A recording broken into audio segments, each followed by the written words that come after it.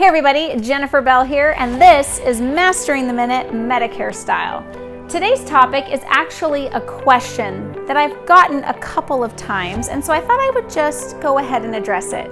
I've been asked before if your Medicare could be canceled. So there's a few different ways to answer that.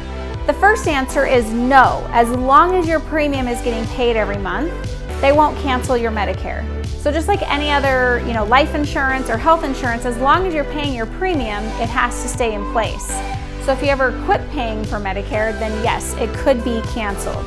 Now, if you're trying to cancel it because you started working again and now you have an employer group health plan, yes, you can cancel your Medicare Part B, which is the part that does require a premium every month.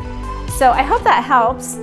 Don't forget, if you have other Medicare questions, you can always go to my YouTube channel, Excel in Medicare, and I'm always happy to help you if you want to reach me with a phone call or an email.